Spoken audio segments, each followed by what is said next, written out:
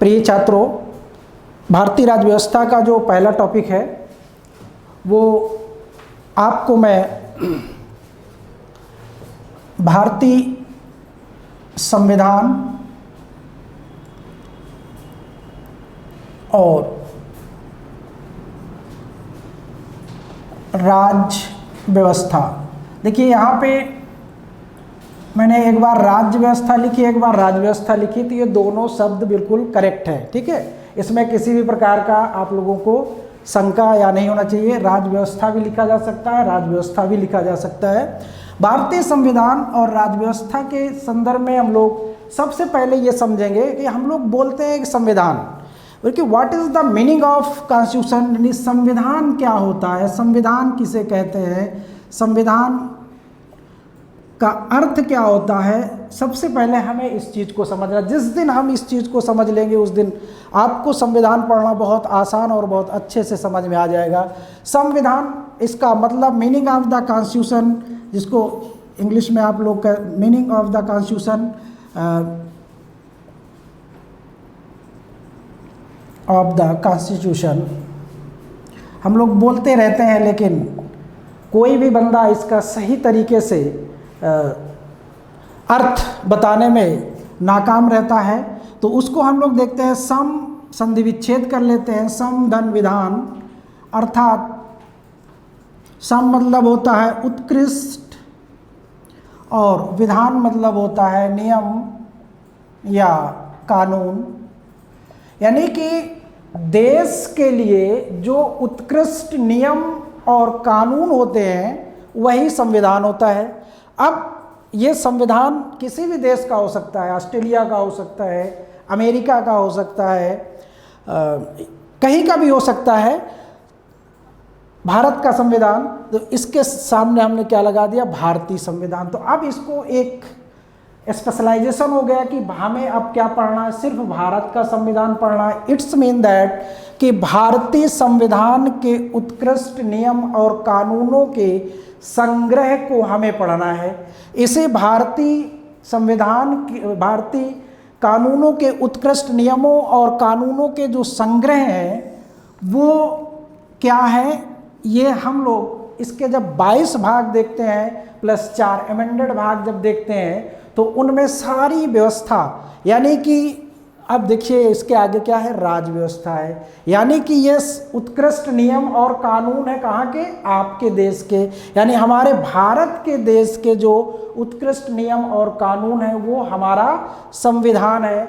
अब यही संविधान क्या करता है, शक्ति प्रदान करता है किसको, शासन राज करने वाले लोगों को। अब आपके ऊपर राज कौन करता है इस चीज़ को देखना है। या आप लोग अमूमन देखते हो आपके ऊपर कौन राज कर रहा है, आप किसको अपने ऊपर राज करने के लिए गद्दी देते हो, वो आपके हाथ में है। तो राज व्यवस्था जो आपके ऊपर की जाती है वो कौन करता है, वो अगर देखा जाए तो उसको हम लोग यहाँ पे केंद्र और राज्य के माध्यम से समझ सकते हैं। यानी हमारी केंद्रीय सरकार भी होती है और राज्य स्तरीय सरकार भी होती है। दो तरह की सरकारों से हमारे ऊपर शासन किया जाता है, केंद्रीय सरकार और राज्य सरकार।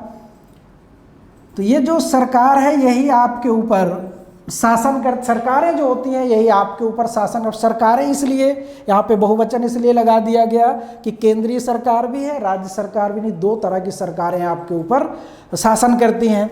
अब शासन सरकारें करती हैं, उस शासन के अंतर्गत उनका जो प्रशासन है, यानी कि उनकी जो पहुंच जनता तक है वो कैसे होती है, वो प्रशासन के माध्यम से होती है। ठीक है, तो यहाँ पे राज्य व्यवस्था यानी आपके ऊपर जो पूरा एक सिस्टम बनाया गया है राज करने का, वो केंद्रीय सरकार, राज्य सरकार यानी कि शासन के माध्यम से, प्रशासन के माध्यम से जनता पे शासन करने की व्यवस्था को सुनिश्चित किया गया है। इसके बाद हम थोड़ा से देखते हैं कि मीनिंग तो हमको समझ में आ गया भाई कि संविधान का मतलब क्या होता है। संविधान का मतलब आप लोगों को बड़े अच्छे तरीके से समझ में आ गया होगा। कोई भी आपसे कभी कभी साक्षात्कार में पूछते हैं कि what is the constitution, constitution क्या है, तो हमें सिंपल भाषा में बता देना है। ठीक है, उसके बाद अब इसका अगर हम लोग परिभाषा देखें कि संविधान की जो परिभाषा है वो क्या है, अर्थ तो आपको पता हो गया। अर्थ के बाद आपको उसकी परिभाषा को देखना है। अब अगर इसकी एनसीईआरटी की परिभाषा देखी जाए तो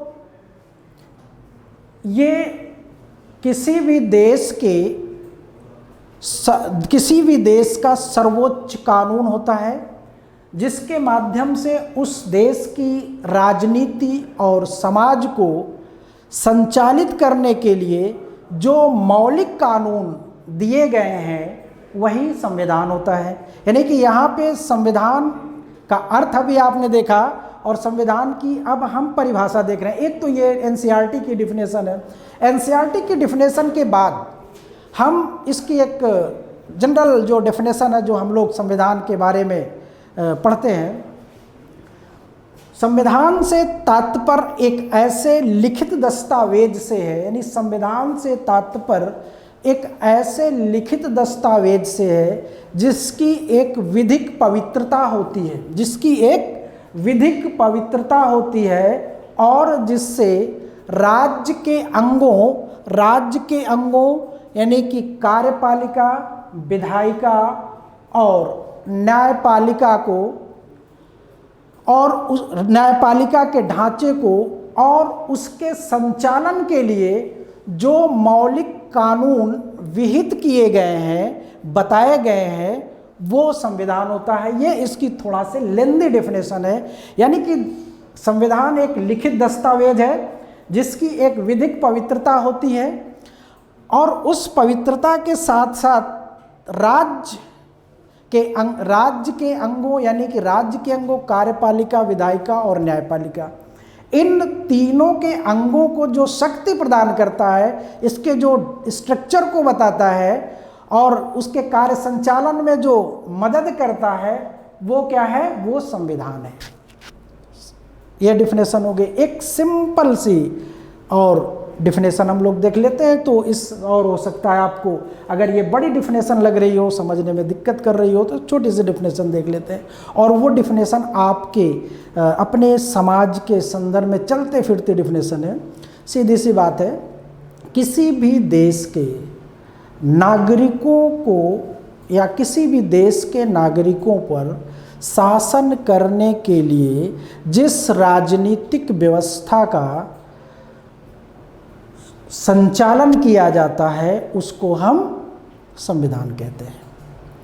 ठीक, ये चीज़ें आपकी क्लियर हो गई। यानी कि अर्थ भी आपको पता हो गया, देश के उत्कृष्ट नियम और कानून भी पता हो गए कि हमारा संविधान है और उसके डिफिनेशन क्या है। यानी कि उससे हमारी सरकारें, जो सरकार में, सरकार मतलब क्या होता है? आप लोग बोलते हो सरकार का मतलब होता है कार्यपालिका, विधायिका और न्यायपालिका। यही सरकार है, इन्हीं को हम लोग संयुक्त भाषा में वन वर्ड्स में सरकार बोलते हैं। ठीक है, अब इसके बाद देखते हैं हम कि ये जो संविधान हम लोगों ने पढ़ा, इस संविधान के प्रकार, यानी कि संविधान तो हमने देख लिया, लेकिन इस संविधान के टाइप्स भी होते हैं, प्रकार भी होते हैं। तो संविधान के जो प्रकार होते हैं वो कौन कौन से होते हैं वो हमें देखना है। संविधान के प्रकार में अमूमन जो बच्चा जानता है वो ये है कि संविधान के 2 प्रकार होते हैं, लेकिन ऐसा नहीं है। अगर इसको थोड़ा एलेबोरेट कर दिया जाए, थोड़ा विस्तारित कर दिया जाए, तो संविधान के हम 6 प्रकार देख सकते हैं। और वो कौन कौन से प्रकार हैं, जबकि कुछ प्रकार इसकी विशेषता में भी चले जाते हैं। तो यहाँ पे संविधान के जो प्रकार हैं वो कौन कौन से, यहाँ पे इसको शीर्ष दिया जाएगा, यानी हेडिंग दी जाएगी संविधान के प्रकार।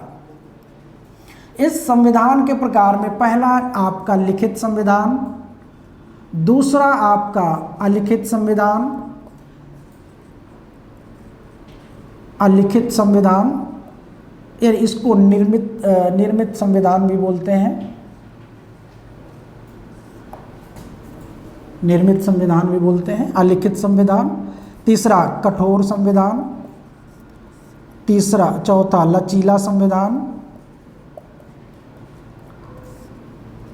संघात्मक संविधान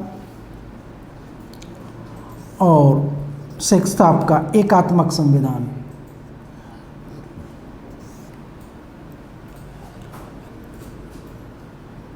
ये 6 प्रकार हम संविधानों के देखते हैं। अब यहाँ पे लिखित और निर्मित संविधान से जो अभिप्राय है वो क्या है, यानी कि जिस भी देश के संविधान को दस्तावेज के रूप में लिख दिया गया हो, या उस संविधान को बनाने के लिए हमारी एक संविधान सभा बैठी हो और उसने उस देश के संविधान पे विचार किया हो, विचार विमर्श करने के बाद चीज़ों को सिस्टमैटिक किया और सिस्टमैटिक करने के बाद उन चीज़ों को अक्षर सा लिख दिया, तो ऐसे संविधान को लिखित संविधान कहते हैं। लिखित संविधान में आपका भारतीय संविधान आता है, और भी देशों के संविधान लिखित में हैं।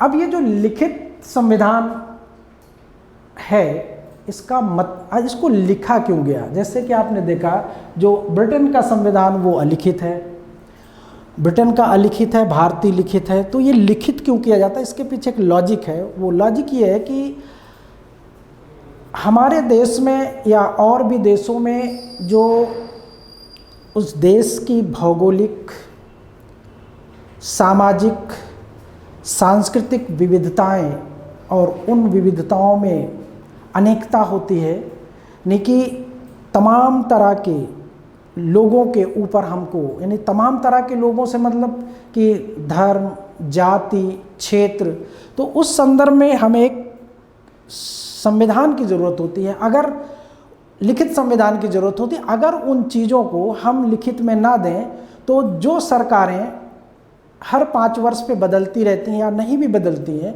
तो वो उस चीज़ का मनमाना तरीके से प्रयोग करने लगी। यानी कि कहने का मतलब, अगर संविधान रिटन में नहीं है तो जो सरकार आएगी वो सरकार उस संविधान को अपने हिसाब से संशोधित करके उसका इस्तेमाल करने लगेगी। इसलिए लिखित में होना बहुत ज़रूरी होता। कोई भी चीज़ हो, आप जैसे अपने दैनिक जीवन में किसी चीज़ का इस्तेमाल करते हो, कोई चीज़ खरीदते हो तो रिटर्न में उससे मांग करते हो, देखिए एक प्रूफ होना चाहिए, एक प्रमाण होना चाहिए, कोई विवाद ना उत्पन्न हो। सीधी सी बात है कि किसी भी बिंदु पे कोई विवाद ना उत्पन्न होने पाए, इसलिए हम चीज़ों को लिखित में करते हैं। तो इसीलिए हमारे संविधान के संदर्भ में भी देश में किसी भी प्रकार का कोई विवाद ना उत्पन्न होने पाए, इसलिए हम उसको लिखित में रखते हैं। अलिखित संविधान यानी प्रथाओं और ऐतिहासिक घटनाओं के आधार पर जिस देश का संविधान विकसित होता है, उस देश के संविधान को हम अलिखित कहते हैं। जैसे ब्रिटेन में, वहाँ पे संविधान लिखा नहीं गया है, वो प्रथा और ऐतिहासिक घटनाओं के क्रम पे आगे बढ़ता चला जा रहा है।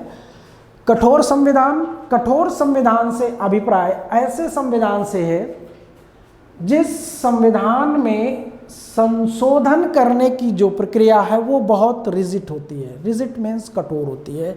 जैसे अमेरिका का संविधान है, वो बहुत, उसमें आसानी के साथ संशोधन नहीं किया जा सकता। हमारे संविधान का क्या मामला, वो कठोर में है, लचीला, लिखित में तो है, ये तो स्पष्ट हो चुका है।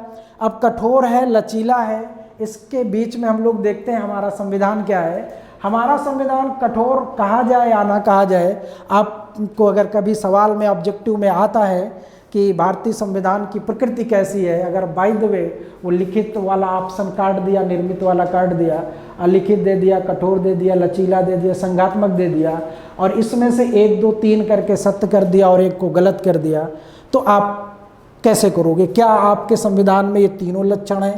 तो हम एक एक को करके देखते हैं। हमारे देश का संविधान जो है वो एक्चुअली में कठोर है, लेकिन आंशिक रूप से।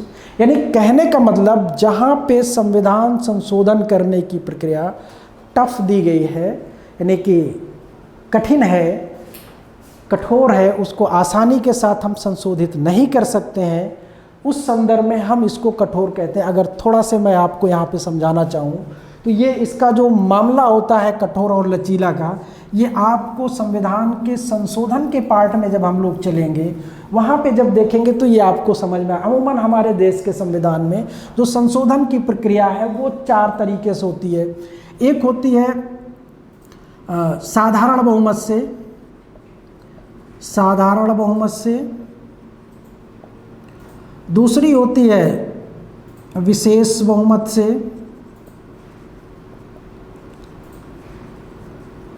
और तीसरा होता है विशेष बहुमत प्लस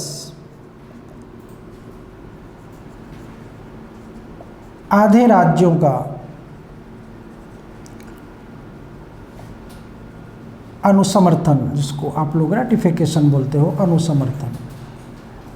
ये साधारण बहुमत, विशेष बहुमत प्लस आधे राज्यों का अनुसमर्थन। एक चीज़ और होती है, वो चीज़ ये होती है कि इफेक्टिव एक बहुमत होता है, इफेक्टिव यानी कि प्रभावशाली बहुमत। यानी हमारे देश में अगर बहुमत की बात की जाए तो वो 4 प्रकार के होते हैं, साधारण बहुमत, विशेष बहुमत प्लस आधे राज्यों का अनुसमर्थन और प्रभावशाली बहुमत यानी इफेक्टिव। ये 4 तरह के आपके पास है। अब इसमें से देखिए, ये आपके नियम कानून जो साधारण नियम कानून बनाने में आते हैं, या अगर संविधान का कि आर्टिकल 3 को और आर्टिकल 169 को जब हमें अमेंड करना होता है, आर्टिकल 3 और 169 को, यानी कि आर्टिकल 3 में किसी राज्य को प्रवेश देना होता है, किसी राज्य की सीमाओं को घटाना बढ़ाना होता है, तो उसके संदर्भ में आर्टिकल 3 हम प्रयोग करते हैं।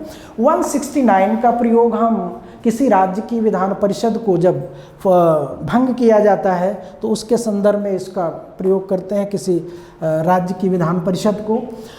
विशेष बहुमत में आपके संविधान के मैक्सिमम पार्ट आते हैं, और विशेष बहुमत प्लस आधे राज्यों के अनुसमर्थन में जो होता है वो आपको फंडामेंटल राइट और केंद्र और राज्य से संबंधित जो विषय होते हैं, जैसे अभी आपने जीएसटी बिल में देखा, जीएसटी बिल के संदर्भ में भी हमें इस बहुमत की ज़रूरत पड़ी थी।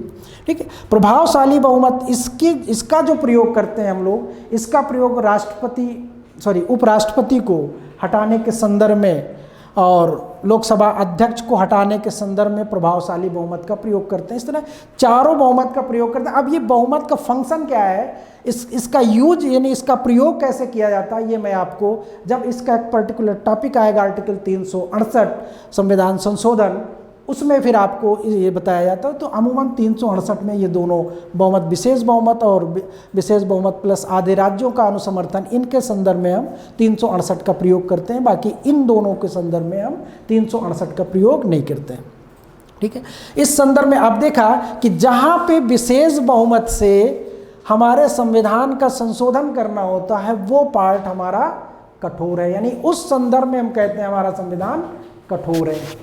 जहाँ पे साधारण बहुमत से और प्रभावशाली बहुमत से हम लोगों को काम करना होता है, वहाँ पे हम बोलते हैं, या अमूमन लचीला वाला साधारण बहुमत जिसमें सिंपल मेजॉरिटी के साथ आपका संविधान संशोधित हो जाता है, उसको हम लोग लचीला संविधान बोलते हैं। ठीक है। इस प्रकार से करके ये आपको मेरे समझ से कठोर और लचीला समझ में आ गया होगा। इसके बाद हम देखते हैं कि संघात्मक संविधान क्या होता है। संघात्मक संविधान से अभिप्राय है जिस भी संविधान में केंद्र और राज्य के मध्य शक्तियों का डिवीजन होता है, केंद्र और राज्य के मध्य में जहां पे शक्तियों का बंटवारा होता है। हमारे संविधान में ये काम किया गया है भाग 7 के माध्यम से, केंद्र और राज्यों के बीच शक्तियों को बांट दिया गया है, जिसमें आप लोग देखते हो संघ सूची, राज्य सूची, समवर्ती सूची, 3 तरह की अनुसूचियाँ देखते हो। संघात्मक सरकार में बटा होता है। एकात्मक संविधान में क्या होता है, जहाँ पर जिस भी देश के संविधान में, यहाँ पे ओवरऑल पूरे विश्व के संविधान को भी आप देख सकते हो, जिस भी देश के संविधान में सारी शक्तियाँ केंद्र के पास निहित होती हैं और राज्यों को उसमें कोई भी शक्ति नहीं दी जाती है, तो वहाँ पे हम, या ऐसे संविधान को हम एकात्मक संविधान कहते हैं। अब प्रश्न ये खड़ा होता है कि हमारा भारतीय संविधान किस प्रवृत्ति का है, किस नेचर का है, संघात्मक या एकात्मक। अब अगर हम इसका एक पर्टिकुलर टॉपिक भी है, उस टॉपिक को जब हम देखेंगे तो वहाँ पे देखेंगे हमारा संविधान संघात्मक है या एकात्मक है। तो डिफिनेशन के हिसाब से हमारा संविधान संघात्मक है। कुछ केसों में इस चीज़ को सुप्रीम कोर्ट ने भी डिसाइड कर दिया है, और एक सामान्य बुद्धि से या एक पैरामीटर से जब हम लोग खुद आंकते हैं तो पाते हैं कि नहीं, हमारा संविधान संघात्मक है, एकात्मक नहीं है। इसके जो एकात्मक होने के लक्षण हमारे कुछ विद्वानों ने दिए हैं वो परमानेंट नहीं है, वो समय और परिस्थिति के अनुसार हमारा संविधान एकात्मक रूप धारण करता है। तो कोई भी चीज़ जब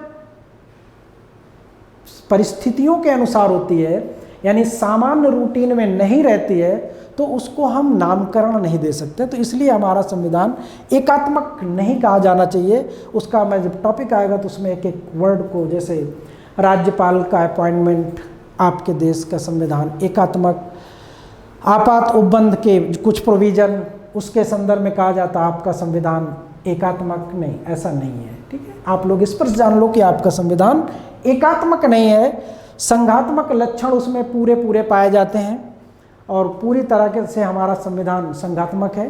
ठीक है, ये आपका संविधान के प्रकार आप लोगों ने देख लिया। अब इस संविधान के प्रकार के बाद अब हम इसके बाद एक महत्वपूर्ण जो आपके पास प्रश्न आता है वो ये है कि भाई ये जो पूरे विश्व में शासन किया जा रहा है, ये पूरे विश्व में जो शासन करने की प्रणालियां हैं ये कौन कौन सी हैं। तो जैसे आप लोग सुनते होंगे किसी देश में तानाशाही चल रही है, किसी देश में राजतंत्रात्मक चल रहा है, यानी कि वहाँ पे वंशानुगत चल रहा है, किसी देश में लोकतंत्रात्मक चल रहा है, या किसी देश में इसलिए क्रांतियाँ हो रही हैं कि वहाँ पे लोकतंत्र की व्यवस्था की जाए और राजतंत्र को वहाँ से हटाया जाए। तो ये पूरे विश्व में जो शासन प्रणालियाँ हैं, पूरे विश्व में जो शासन प्रणालियाँ हैं वो 4 तरीके की हैं। यानी पूरे विश्व में जो जो देश शासन करने की प्रणाली अपनाते हैं उसमें से ये 4 प्रणालियाँ मैं आपको बता देता हूँ। ये 4 प्रणालियाँ, एक में होता है राजतंत्र जिसको हम लोग मोनैर्की बोलते हैं, मोनैर्की। दूसरा होता है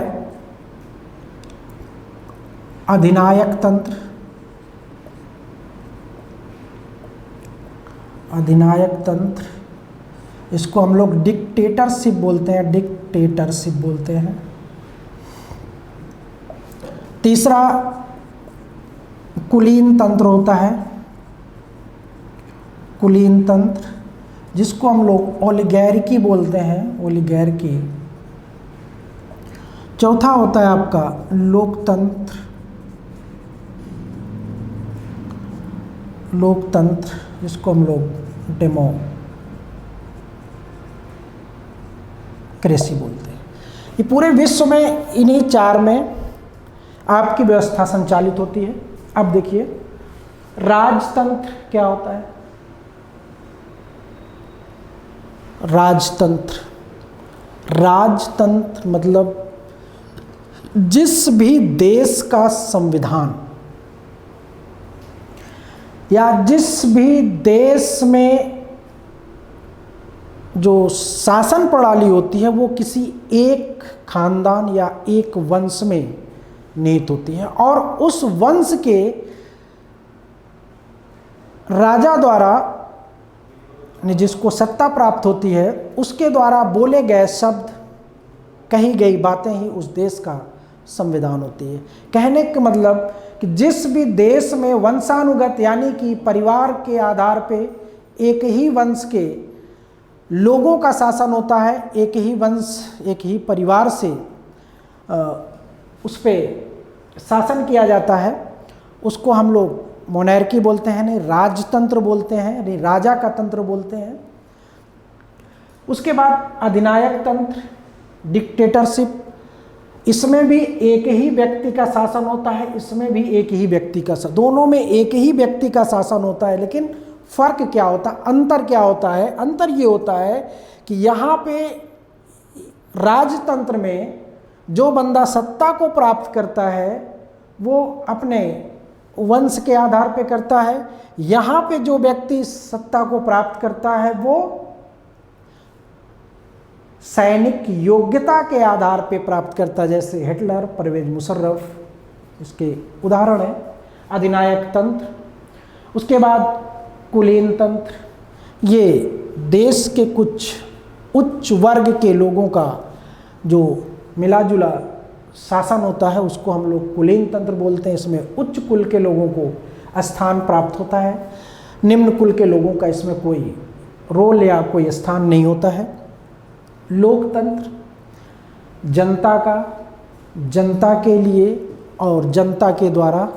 अब्राहम लिंकन ने गेट्सबर्ग में इन शब्दों को उच्चारित किया और ये कहा कि किसी भी देश में जहाँ पर लोकतंत्र स्थापित होगा वहाँ पे जनता को ये अधिकार होगा कि वो अपने लिए, अपनी सरकार का, अपने लिए काम करवाने का उनको राइट होगा। यानी कि जनता का जनता के लिए और जनता के द्वारा, यानी आपका आपके लिए, आप ही के द्वारा सब कुछ सौंप दिया गया।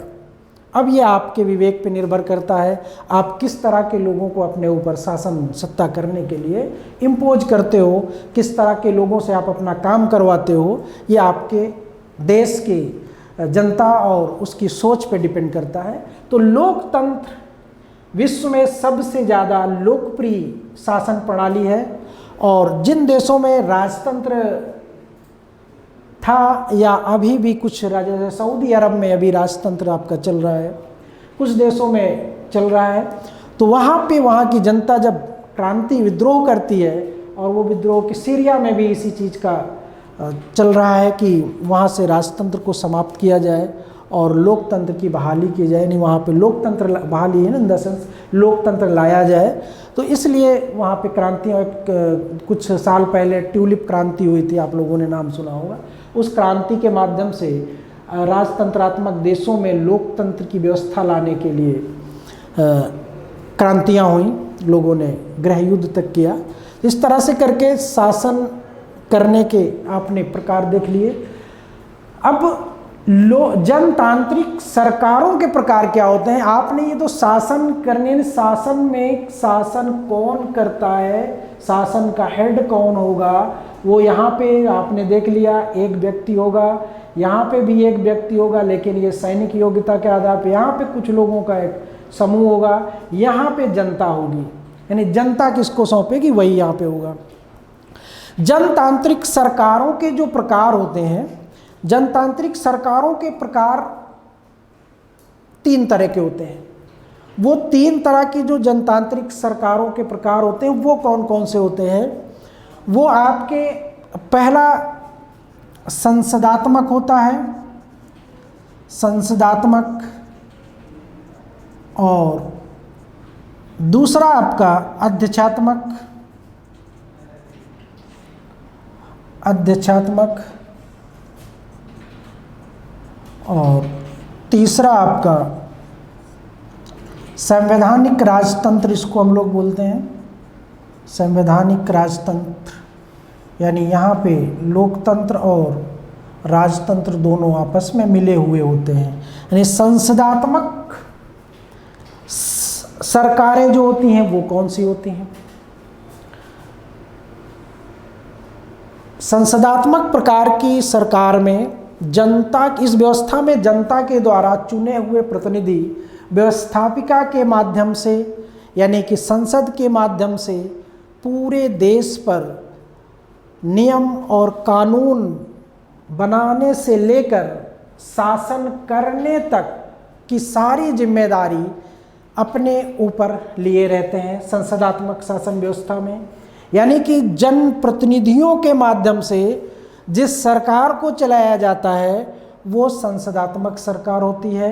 ऐसी सरकार में कार्यपालिका की जो शक्ति होती है वो प्रधानमंत्री में, वास्तविक शक्ति जो होती है वो प्रधानमंत्री में निहित होती है, लेकिन जो औपचारिक शक्ति है वो राष्ट्रपति में निहित होती है अगर देखा जाए, क्योंकि संसदात्मक व्यवस्था में राष्ट्रपति नाम मात्र का अध्यक्ष होता है, सारी शक्तियाँ का जो संचालन करता है वो प्रधानमंत्री करता है। तो यहाँ पे कभी कभी सवाल आता है कि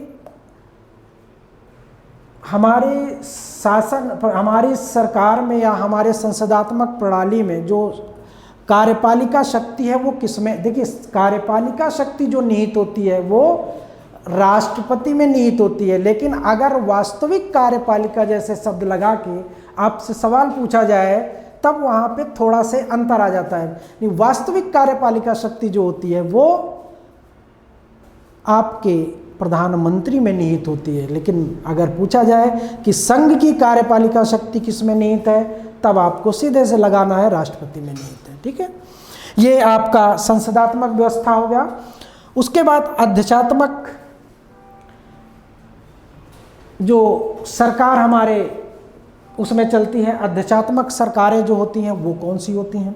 अध्यक्षात्मक सरकार में जनता के द्वारा प्रत्यक्ष या अप्रत्यक्ष रूप से चुने हुए किसी एक व्यक्ति के माध्यम से पूरे देश पर जो शासन किया जाता है वो अध्यक्षात्मक प्रकार की सरकार होती है। जैसे अमेरिका के राष्ट्रपति जो होते हैं वो अध्यक्षात्मक प्रणाली की शासन व्यवस्था में यूज्ड टू है, यानी कि अमेरिका में अध्यक्षात्मक शासन प्रणाली चलती है। यहाँ पे जो कार्यपालिका का प्रधान होता है वो राष्ट्रपति होता है। संवैधानिक राजतंत्र में क्या होता है? संवैधानिक राजतंत्र में यानी कि जो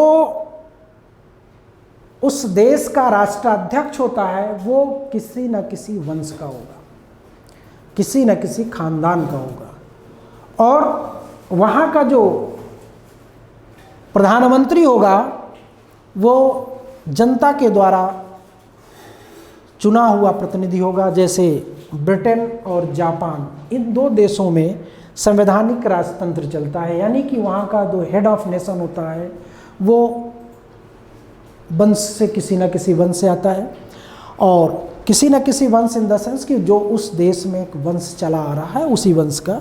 और संवैधानिक तरीके से जो सरकार चुन के आती है उसका जो प्रधान होता है वो प्रधानमंत्री बनता है। तो यहाँ पे दोनों यानी लोकतंत्र और राजतंत्र दोनों सिस्टम यानी दोनों प्रकार की सरकार ने दोनों तरीकों से सरकार को कंट्रोल में सरकार चलाए, दोनों तरीके से सरकार चलाई जाती है। ठीक है, तो संसदात्मक में जनता के द्वारा चुने हुए प्रतिनिधि संसद के माध्यम ने चुने हुए प्रतिनिधि संसद के माध्यम से उसी के प्रति जिम्मेदार होते हैं। अध्यक्षात्मक शासन प्रणाली में राष्ट्रपति उस देश का चुना हुआ, संवैधानिक राजतंत्र में राष्ट्राध्यक्ष जो होगा वो वंश का होगा, और आपका जो प्रधानमंत्री होगा वो जनता के द्वारा चुना हुआ प्रतिनिधि होगा। ये हमने अभी तक जो इस पूरे संविधान के पार्ट में जो चर्चा की, इसमें हमने संविधान का अर्थ देखा, परिभाषा देखी, उसके बाद संविधान के प्रकार देखे, संविधान के प्रकार के बाद हमने शासन प्रणालियाँ देखी, शासन प्रणाली के बाद हमने जनतांत्रिक सरकारों के जो प्रकार होते हैं उनको भी देखा। इस तरह से करके आपने देख लिया। अब आपको भारतीय राज्य व्यवस्था को समझने के लिए कुछ शब्दावली या कुछ शब्दावलियाँ आपको आनी बहुत ज़रूरी हैं, तभी जाके आप प्रिम्बल के पार्ट में जब हम लोग प्रवेश करेंगे या संविधान निर्माण जब हम लोग करवाएंगे तो वहाँ पे आपको कुछ शब्द ऐसे मिलेंगे, जब तक आप उन शब्दों का अर्थ नहीं समझोगे तब तक आपको समस्या आएगी, तब तक आप उन चीज़ों को अच्छे तरीके से स्पष्ट तरीके से उसकी व्याख्या आप नहीं कर पाओगे। तो इसलिए हम यहाँ पे कुछ शब्दों को रखते हैं और उनकी एक एक करके व्याख्या करते हैं, और फिर आप इस टॉपिक को अंतिम रूप प्रदान करते हैं।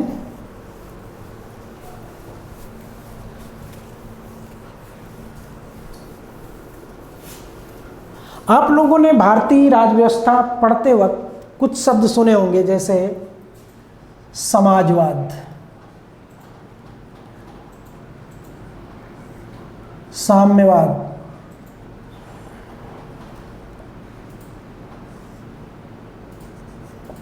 पूंजीवाद,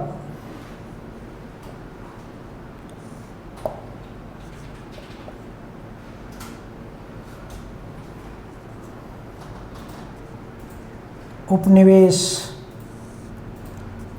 साम्राज्यवाद,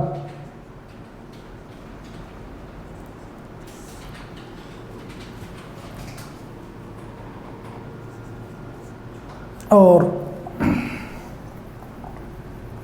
आपने वीटो जैसे शब्द को भी सुना होगा। उसके बाद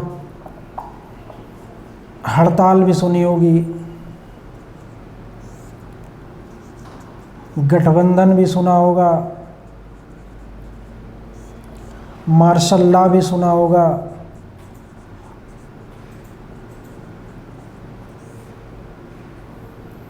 सामंतवाद भी सुना होगा। इस तरह के कुछ शब्द हैं जो आपने सुना है और जिनका इस्तेमाल आपको हर जगह नहीं, जिनका प्रयोग आपको कहीं ना कहीं मिलता है और मिलता रहेगा। इसमें समाजवाद जो पहला शब्द है, इससे क्या अभिप्राय है? समाजवाद क्या होता है? समाजवाद, इसको ये व्यक्तिवाद और पूंजीवाद दो शब्दों के बीच का एक ऐसा शब्द है जो राष्ट्र की प्राकृतिक संपदाओं को किसी एक व्यक्ति विशेष के हाथ में संचित होने से रोकने की बात करता है। यानी कि हमारे देश में भूमि, माइंस, चाहे वो कोल माइंस हो, चाहे वो आयरन माइंस हो, और जल, इन सभी संसाधनों पर देश के आम नागरिक का अधिकार होना चाहिए। इसी को एक ये छोटी सी इसकी डिफिनेशन है, यानी कि देश के जितने भी नेचुरल संसाधन हैं उन पर किसी व्यक्ति विशेष का कब्जा ना होकर समाज का कब्जा होना, यानी समाज का उस पर अधिकार होना चाहिए। इसलिए इसको हम लोग समाजवाद बोलते हैं। एक दूसरी डिफिनेशन भी इसकी है, जो जन्म से लेकर मृत्यु तक सामाजिक सुरक्षा की जो गारंटी प्रदान करता है उसको हम समाजवाद बोलते हैं। सुप्रीम कोर्ट ने भी एक दो उसमें डिफिनेशन दिया कि हमें प्राइवेट चीज़ों को करने से पहले सोचना होगा और उनकी जगह हमें सार्वजनिकरण करना होगा, यानी प्राइवेटाइजेशन के स्थान पे हमको पब्लिकीकरण की तरफ ज़्यादा सोचना चाहिए। ये सुप्रीम कोर्ट के संदर्भ में बोला जाता है, सुप्रीम कोर्ट के डिफिनेशन के संदर्भ में। तो समाजवाद यानी कि यहाँ पे समाज के हर व्यक्ति का उसके देश में जो भी संसाधन है उस पर पोजीशन होना चाहिए, कब्जा होना चाहिए, अधिकार होना चाहिए। अब यहाँ पे एक बात समझने वाली ये है कि क्या ये संभव है? वहीं पे पूंजीवाद में क्या है? देखिए, दोनों को अगर तुलनात्मक दृष्टिकोण से हम देखेंगे तो दोनों में एक बेसिक अंतर, अभी आपको अंतर तो बहुत बड़ा है लेकिन एक बेसिक चीज़ आपको समझ में आ जाएगी और वहीं से आपको दोनों का कॉन्सेप्ट जो है बहुत अच्छे से क्लियर हो जाएगा।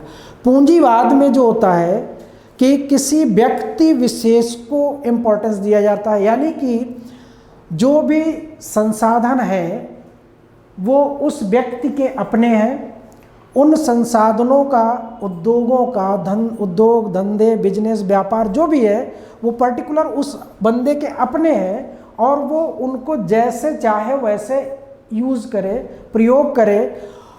और उससे मान लिया किसी बंदे के पास कल कारखाने हैं तो वो उसके उत्पादन पे, उसके वितरण पे पूरी तरह से नियंत्रण रखता है और उस नियंत्रण के माध्यम से वो अपने पूंजी को बढ़ाता रहता है, उसको कभी लॉस में जाने की जो सिचुएशन है वो नहीं क्रिएट होने देता है। तो कहने का मतलब पूंजीवाद जो होता है, यानी एक व्यक्ति विशेष की अपनी प्रॉपर्टी होती है, वो उससे प्रॉफिट लेता है और प्रॉफिट अपने लिए यूज करता है।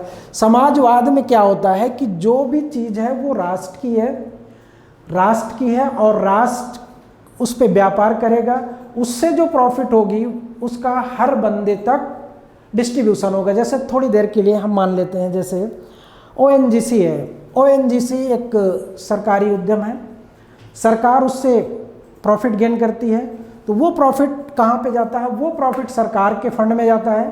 सरकार उस फंड को क्या करती है कि किसी न किसी माध्यम से आम जनता तक पहुंचा देती, जैसे कन्या विद्याधन के माध्यम से पहुंचा दिया, मनरेगा के माध्यम से पहुंचा दिया, या कोई महामारी चल रही है उसमें फंडिंग करके पहुंचा दी। कहने का मतलब वो उसमें आम जनता तक उस चीज़ का पैसा पहुंच जाता। लेकिन अगर पूंजीवाद में वो व्यक्ति विशेष के कब्जे में होता तो क्या वो पैसा आम जनता तक मिलता? आम जनता को उस तक पहुंच होती नहीं। जैसे एग्जाम्पल ले लो, यहाँ पे BSNL को रख लो और यहाँ पे जियो कंपनी को रख लो।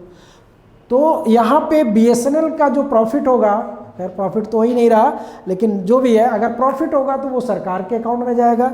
यहाँ पे जियो का जो प्रॉफिट होगा वो किसके अकाउंट में जाएगा? आप जानते हो अच्छे तरीके से, वो अंबानी बंधुओं के या अंबानी खानदान को जाएगा।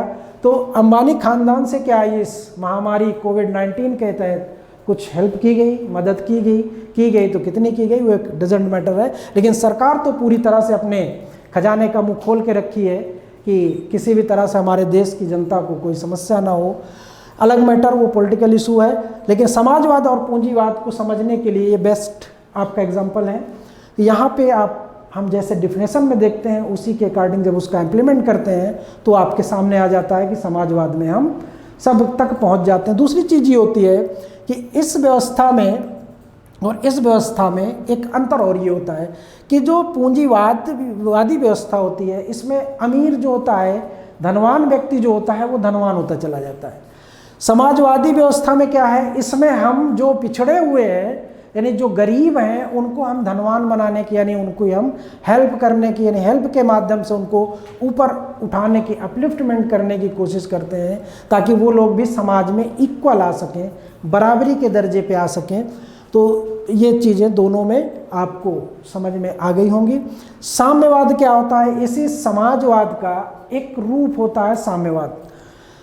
साम्यवाद आपकी लेनिन की विचारधारा है जिसमें ये कहा गया है कि व्यक्ति की अपनी कोई पूंजी नहीं होनी चाहिए, उस पे संपूर्ण राज्य का अधिकार होना चाहिए। यानी वर्ग विहीन और राज्य विहीन जो व्यवस्था है वो लेनिन ने दिया था कि समाज की जितनी भी संपत्ति है उस पर किसी व्यक्ति विशेष का ना होकर संपूर्ण समाज का होना चाहिए। यहाँ तक कि उन्होंने राज्य को भी इम्पोर्टेंस नहीं दिया, स्टेट को भी उन्होंने महत्व नहीं दिया।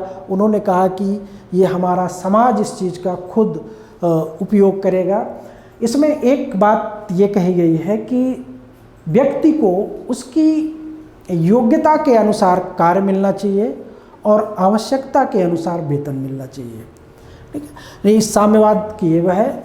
और साम्यवाद समाजवाद में जो एक अंतर है वो ये है कि समाजवाद जो है ये राज्य को सेंटर पे रख के सारी व्यवस्था को आम जनता तक पहुंचाना चाहता है।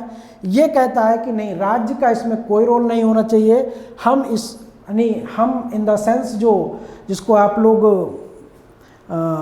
बुर्जुआ वर्ग बोलते हो, सर्वहारा वर्ग बोलते हो, जिसको जो हर जगह से हार चुका है उसको सारा अधिकार मिलना चाहिए। यहाँ पे उसके समाज को पूरा अधिकार मिलना चाहिए। ये साम्यवाद इस विचारधारा पे है। दूसरा एक जो अंतर है वो ये है कि समाजवाद जो है वो शांतिपूर्ण तरीके से परिवर्तन की बात करता है। साम्यवाद जो है ये क्रांतिकारी माध्यम से समाज में बदलाव लाने की बात करता है। तो ये दोनों में बेसिक अंतर है, समाजवाद, साम्यवाद, पूंजीवाद। ये तीनों शब्द आपको मेरे समझ में आ गए होंगे। यहाँ पे हम राज्य के माध्यम से सारी संपत्ति पे आम जनता को अधिकार देने की बात करते हैं। साम्यवाद में देश की जितनी भी प्रॉपर्टी है, जितनी भी संपत्ति है, उस पे पूरे सर्वहारा वर्ग को अधिकार देने की बात करते हैं। पूंजीवाद में व्यक्ति विशेष जो होता है उसी को सारे राइट्स मिलते हैं, उसी को सारे अधिकार मिलते हैं, यानी वो अपने हिसाब से अपनी पूंजी का इस्तेमाल करता है, प्रयोग करता है। उपनिवेश क्या होता है? जब कोई भी